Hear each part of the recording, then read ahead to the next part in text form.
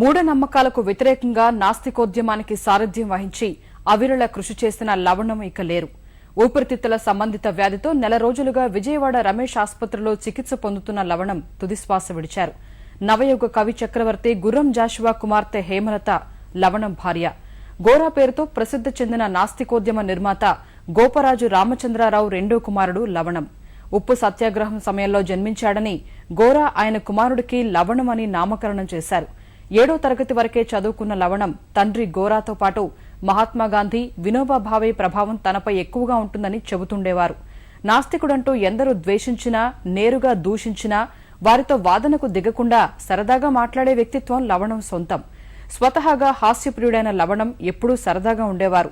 చిన్నతనంలోనే స్వాతంత్ర్యోద్యమంలో పాల్గొన్న లవణం 1973లో విజయవాడ హేతువాద సంఘం అధ్యక్షుడిగా వ్యవహరించారు.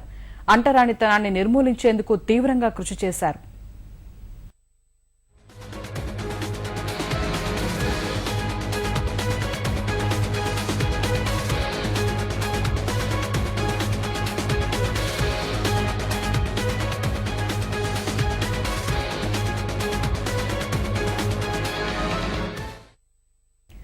మూఢనమ్మకాలకు వ్యతిరేకంగా నాస్తికోద్యమానికి సారథ్యం వహించి అవిరళ కృషి చేసిన లవణం ఇక లేరు.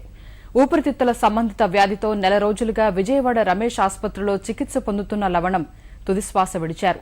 నవయుగ కవి చక్రవర్తి గుర్రం జాషువా కుమార్తె హేమలత లవణం భార్య. గోరా పేరుతో ప్రసిద్ది చెందిన నాస్తికోద్యమ నిర్మాత గోపరాజు రామచంద్రరావు రెండో కుమారుడు లవణం. ఉప్పు సత్యాగ్రహం సమయంలో జన్మించాడని గోరా ఆయన కుమారుడికి లవణం అని నామకరణం చేశారు.